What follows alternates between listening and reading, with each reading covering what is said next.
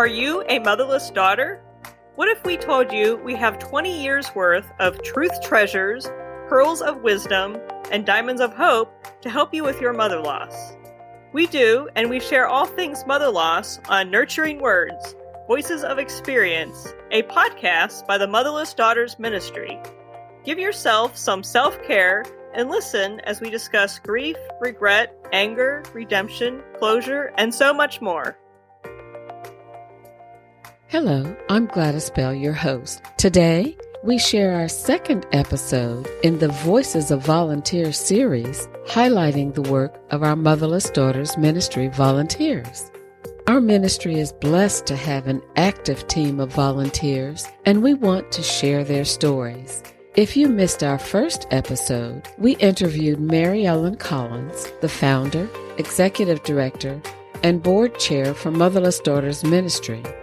Check out episode 59 to hear her story. Today, we will be listening to the story of Chris Fishel, who serves as the administrative director on the ministry management team. She puts in many more hours using her organizational skills, passion for problem solving, and simplifying complex processes to help the ministry work efficiently. Let's hear her story of how she learned about Motherless Daughters Ministry and what she's learned as a volunteer. Well, welcome, Chris. Thank you for joining us today.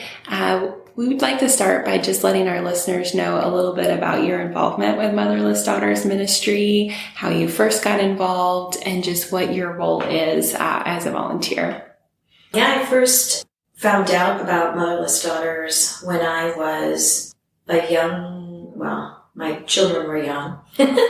When my youngest was born, I was 41, and I realized my mother loss more significantly than other times in my life. And I had reached out for some peer counseling through a Christian organization, and I happened to see a brochure for Motherless Daughters Ministry. My mom was alive at that time, but we had a strained, difficult relationship most of my life, especially when I became a mom. And so I grabbed a brochure, but I hid it in my Bible on my way into my counseling appointment because I felt ashamed to think that I was a motherless daughter. But it really registered with me. And so I hid it there, and then a couple weeks later, I called and signed up for one of the classes. I took the Journey class, which is like the Journey retreat, only spread out over 12 weeks. And it really had such a huge impact on my life and really allowed me to heal in a lot of ways and started the healing journey for me. So after that, I had 4 young children, ages 2 through 8 at the time, and did a lot of volunteering with schools as well as did childcare in my home to supplement my husband's income. So I had very little time, but I wanted to be able to give back, and I thought the best way I could give back was to contribute some blogs because I love to write and it's very therapeutic for me to write. So I started writing with the blog team and submitting those periodically as I struggled with something, especially around being a daughter of an emotionally absent mother. So I would write those blogs periodically. And then over the years, that was in 2010, so it's been 13 years, it's hard to believe. But over the years, I started getting involved in different things whenever there was a need within the ministry. And every time I got involved, I got something more for myself out of it. So I volunteered a year ago at the Journey retreat, and I heard for the first time, maybe it wasn't for the first time, it's probably the second time I've heard it, but the first time I really could hear it. And that was around the age and stage I was at when I recognized being a motherless daughter. And that was in my young childhood, and especially at age 12, there was a traumatic event where I recognized that I was on my own, that I wasn't going to have. My mom was not going to be my protector.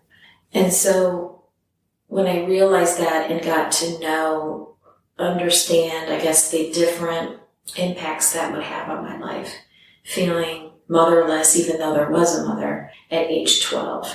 How that impacted my life and my relationships. I started seeing a lot of puzzle pieces come together. Why I had negative relationships with men, why I had, why my first marriage was to someone who was exactly like my mom and, abusive. And so that really opened my eyes. And every time I volunteered in another area, I would learn more and more about myself and my journey. So, I guess I would say that volunteering with Motherless Daughters has allowed me to continue my healing journey, where I might be tempted to push it aside and not deal with it and just be busy with life. But this has kept me growing and becoming more joyful, really, in my life by sticking with it and knowing it's a lifelong journey. I think that's a really important point, that a lot of times when we're volunteering, we're doing it to help others, but we end up getting something out of it ourselves. Yeah, absolutely. It's funny because I didn't even think about the fact that what I'm doing in volunteering helps other people. Might seem a little selfish, but just the fact that I get so much out of it by being a part of the group and meeting other women who are earlier on in their healing journey, and I'm learning so much from them. I hope they're able to get something from what I have experienced, and that's what Jesus taught us, that what we go through, we're going to be able to use for good for someone else. But I know for me, I always get something out of it for myself as well. Yeah. And it feels really good to be a part of a group of people who understand what it's like. Definitely. And I think that's important too, when you were talking about your kids being little when you first started and maybe not feeling like you had a lot of time, but just figuring out ways to still be involved. Mm-hmm. Because I think it can be easy to think, oh, we're so busy, we don't have time for healing or time to volunteer, and we don't have the same resources someone else has, or we don't have the same amount of time, or if only this were this way in my life, I could actually focus on healing or focus on something. So I think that's important for everybody to hear, that you can do it, even if it's maybe not the way it would look for someone else, just taking those steps to start. Yeah, absolutely. I think we tend to put a lot of pressure on ourselves because we see a bigger role that we could have or we'd like to have, but we just can't do it at that time. So we might want to say, well, I'll wait until my kids are out of school. Yeah. And in the meantime, we have pushed it further and further down what healing we might need. And there are women who could benefit from what we have to offer, the wisdom we've learned. And even just writing notes is a huge gift. And it's a gift to us as well, because we hear those words that we're writing down for other women. So, it could be like an hour that's contributed even once a year. Really is impactful. Yeah. And you never know how that can come back, like you said, to help you as well. My mother used to write a lot of notes to people, and one of my sister's friends lost her mother, and my mother wrote her several letters, and that friend ended up giving us the letters back when our mother. So we were hearing our own mother's words. So you never know what you're putting out and helping other people, who all that's going to impact. She would never have imagined it would impact us too, but so you never know. Yeah. That's really important about just writing it out. It helps yourself, but it can also help others. The other thing I want to say is that when I've just recently been understanding more about communicating when someone is grieving, communicating with someone who is really hurting in that. This is something God's been teaching me recently, because I am now surrounded by several people that I am close with who are going through the slow, horrendous time of watching their loved one die, or someone who has lost someone quickly. And sometimes the relationship with that loved one has been difficult their whole life, or sometimes it's someone that's been very close. And one of the things that I find is in common is that they have all said, that some of the people around them say the worst things. They mean well, but what they say is not helpful, like, she's in a better place now, or, and I think just understanding that sitting with or just being with someone, and even just saying, there are no words. Right. I think motherless daughters, from whatever kind of loss we have, it's been painful and we've been through it. And when we can express that we understand to somebody who's going through it now, I think that is a huge gift, because there are so many people who, my husband, when my parents died, he didn't understand. He's not lost his parents. He didn't know what that was like. And so he didn't know how to be there for me. And I ended up getting really upset with him because he couldn't be there for me. And I didn't want to have to teach him how to be there for me. Right.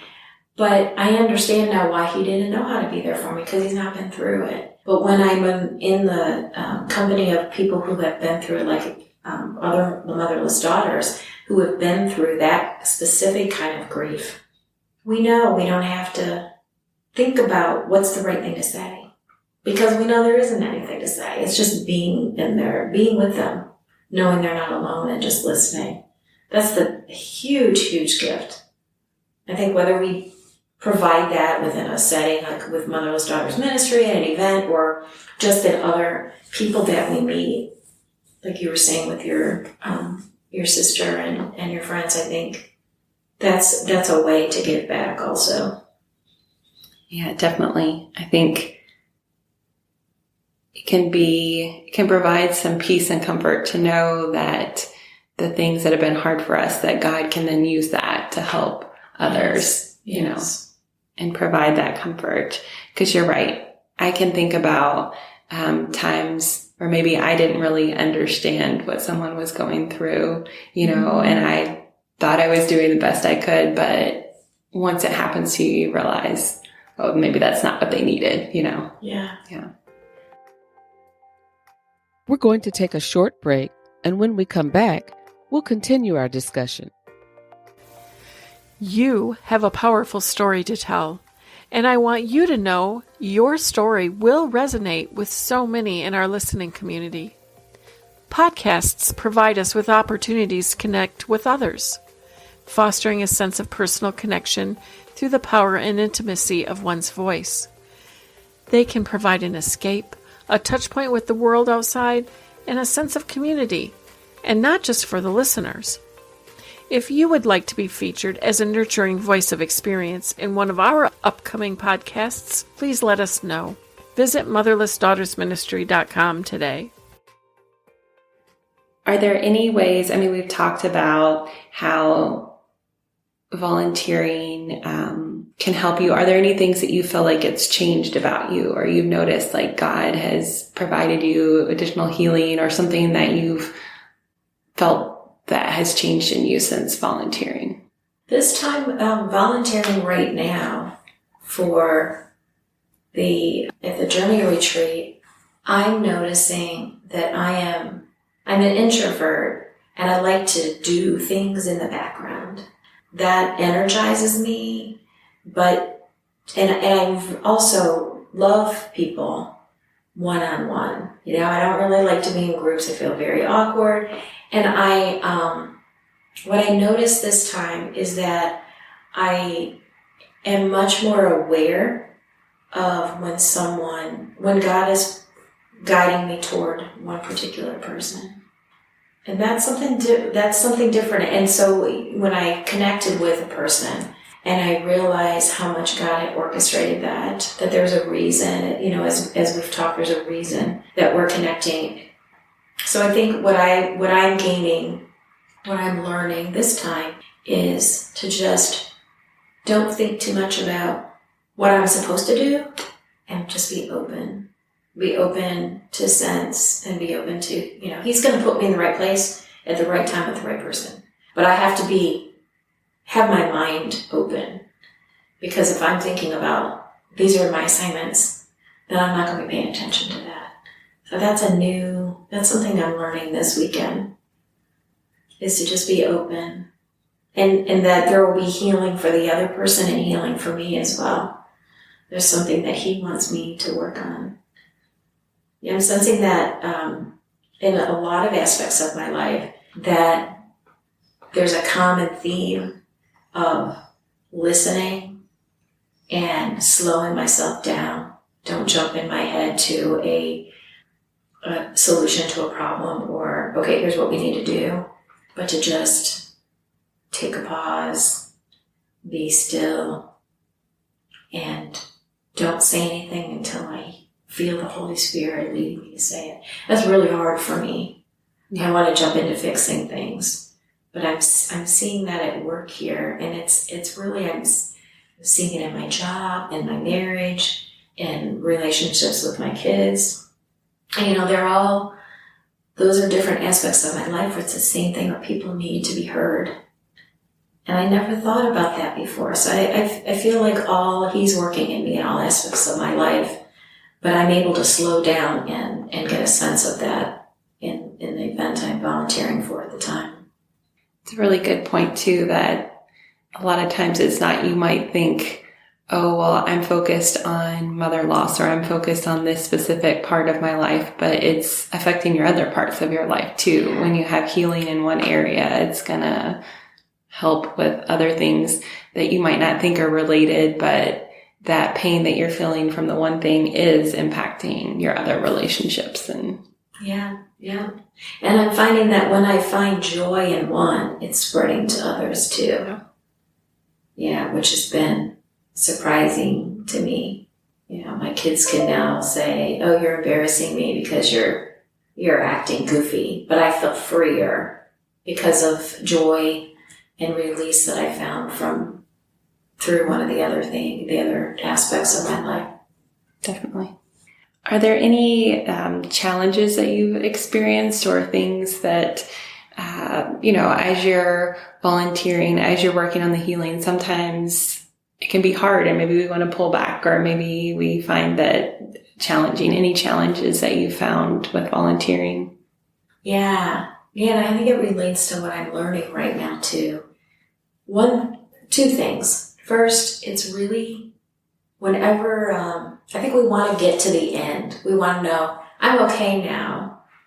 I've fully grieved and I can let it go.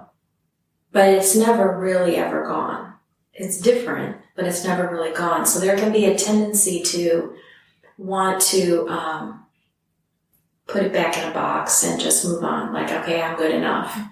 But God has, when I have stuck with it, when I don't want to think about mother loss anymore, I'm tired of having to think about this that happened 20 years ago, or this that happened when I was a child, or reliving my mother's death from 3 years ago. If I put it in a box and try and not let it be a part of who I am, it always gets me in trouble. So I think the tendency is to want to do that. And so to intentionally reject that impulse I have to do that. The other thing that's really challenging is that in volunteering with Motherless Daughters, we are all motherless daughters. And the mother role is so significant, and whether someone has lost that and deeply is grieving that and hurting from that, or someone had a mother without mothering that was nurturing, we're all coming together as volunteers, and we're all women. And we're all mothers or grandmothers and daughters. And so we are all coming together as broken people. And I found that sometimes it can be really difficult working with people who have the same kinds of struggles and griefs that we have. And so it can be challenging sometimes to stick in those relationships that can be painful, because it might be like, oh, this person had a mother that I didn't have, and I can't understand, and it hurts sometimes to be around her because she's crying, missing her mom. And I don't understand that. I don't know what that's like. Or, a lot of other different circumstances. But when we're all together, I think it forces us to have to deal with any of those remnants of grief that are in us.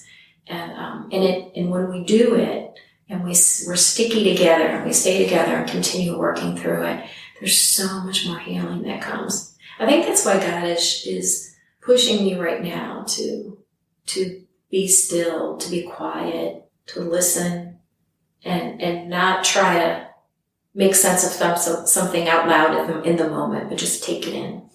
Because I think there's developing those relationships that aren't always easy is really, really important. So that kind of relationship can happen when you're with a group of people who are all broken, all struggling, and trying to heal themselves, continue their own healing, and help other women who are healing. So, yeah, that's kind of blunt, but that's like one of the hardest things, I think. Yeah. It's so, so valuable. There's so much healing to be gained by it, and so much that the other person can gain also by acceptance of each other, of, yeah, you're like my mom used to be. And that could be hurtful, or it could be very heartfelt and wonderful, But being sticky in it together, I think we both can grow. Definitely. And I think it makes it really worth it, but it can be challenging. I think it's important to recognize that. And that's one thing in the blogs and the podcast and the retreat this weekend that I'm just noticing is how open and vulnerable people are allowing themselves to be, and how that can really help others. And also just being honest that it is a journey, and it's not like a one time, oh, I did this retreat, now I'm fine, I don't have any struggle with it. Yeah. But people showing that even though maybe they're further down the grief journey, they still have struggles. And I think that's important, because you can, especially if you don't know other people dealing with the same thing that you're dealing with, you can feel like, what's wrong with me? Why can't I just be better? So I think that's important. But it can be, like you said, that can be challenging too. And I think that's when we talk about this being a sisterhood, and I think that's all part of it. Because we may not in our natural families have had family members who could stick with us through it, could work through those things and still be connected and know each other so deeply that we're not leaving even when it gets hard. Yeah. I think that's that sisterhood. Definitely. Well, thank you so much for sharing a little bit more. Is there anything else that you would like to share about your experiences volunteering? Or I just would recommend that anybody who has any little tiny nudge to just put their toe in the water, do something small, find your place, be a part of a group of women who understand. There's never been anything better that I've done, I think, for my healing. From all of the different traumatic events in my life, this has been a way to stay connected to God and to continue that healing and be a part of a group who understands. So I hope people will, if they feel led to take a little step, let us welcome them in. Definitely. And like you said, there's so many different opportunities, no matter how much time, where you're located, whatever your situation is, there's so many opportunities. So yeah, absolutely. All right. Well, thank you so much. Thanks, Sarah. Thank you for joining us here at Motherless Daughters Ministry. If you need more nurturing words, we encourage you to have a listen to other episodes of this podcast. Don't forget to hit the subscribe or follow button so you can join us again next time.